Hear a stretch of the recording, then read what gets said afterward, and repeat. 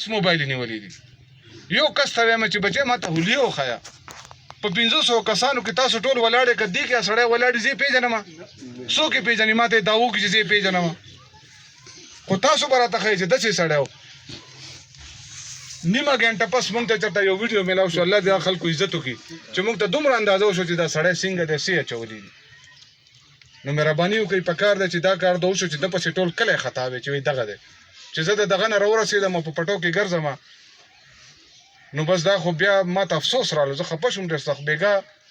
دا نه چې په چا احسان کوم خو دې مرۍ نه لاندې هېڅ نه تېرېدل په دې افسوس نه تېرېدل نور موږ په خپل لاسونو او پسینو هم دغه دې ګولې خوړلې دي په خپل لاسونو خپل وروڼه او بایګان ښخ کړي دي په هغې نه یم افسران هم اوچت کړي دي شل جنازې مې یو ځای اوچت کړي دي په دې نه یېرېږم الحمدلله دا وردي مې اچولې ده دا مې ایمان دی مرګ یو ځل راتونکی دی او زه به د شهادت مرګ د الله نه غواړم چې شهادت مرګ راله راکړه په دې پروا نشته چې مرو خو افسوس په دې رالو چېرې زما دا 400-500 خلک ولاړ دي ولې چا لاس وانهچو ولې په ګاډي ونه والو ولې ما ته لاره ونه ښوله چې دا دی الټی زمونږ دغه ته غلطه لاره ښوله چې داسې لاړو زما تاسو ته دا خواست دی علماو ته دا خواست دی په جمعو خطبو کې خلکو ته ووایي چې په تاسو باندې د امن دپاره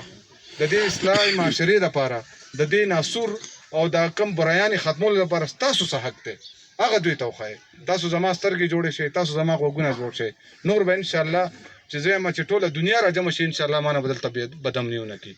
واخر دعوانا